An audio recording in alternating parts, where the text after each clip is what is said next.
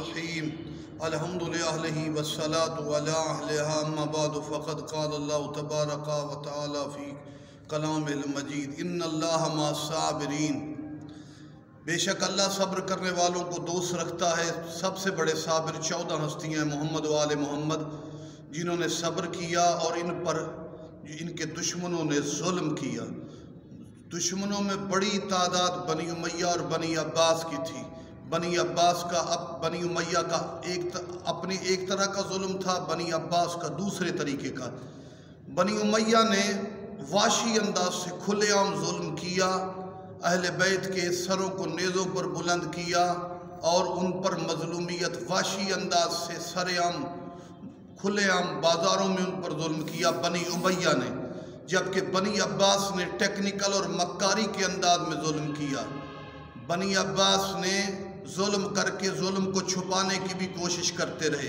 مثال کے طور پر ہارون نے سندھی بن شائق کے ذریعے امام موسیٰ کاظم علیہ السلام کو زہر دی اور اس کے بعد کوشش کی کہ بتائیں کہ کاظم اپنی وفات بغیر زہر کے اپنی دنیا سے خود ہی چلے گئے، یعنی انتقال طبی تھا، ان کو زہر وغیرہ کے ذریعے سے نہیں مارا گیا۔ اسی طرح مامون نے بھی مکارانہ انداز میں امام رضا علیہ السلام کو خراسان میں بلایا اور زہر دی۔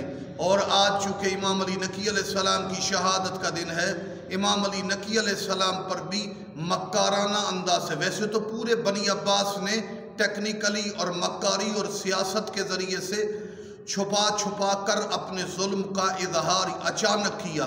امام علی نقی علیہ السلام پر بھی متوکل نے ظلم کیا۔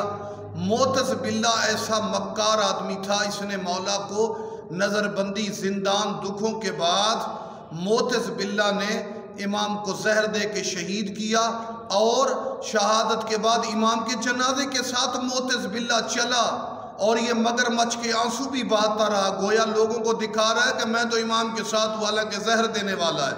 اور اس کی سب اتنی عجیب انداز کی مظلومیت تھی کہ امام حسن عسکری اس کو روتا دیکھ کر بھی نہیں بتا سک رہے لوگوں کو کہ یہ جو رونے والا ہے یہ میرے بابا کو زہر، میرے بابا علی نقی علیہ السلام کو زہر دینے والا بھی یہی معتز باللہ ہے۔ مالک ذوالجلال بنی امیہ کے واشی اور بنی عباس کے مکار لوگوں کو تباہ فرمائے اور امام علی نقی علیہ السلام کا صدقہ ہماری حاجات کو پورا فرمائے۔ والسلام علیکم ورحمۃ اللہ۔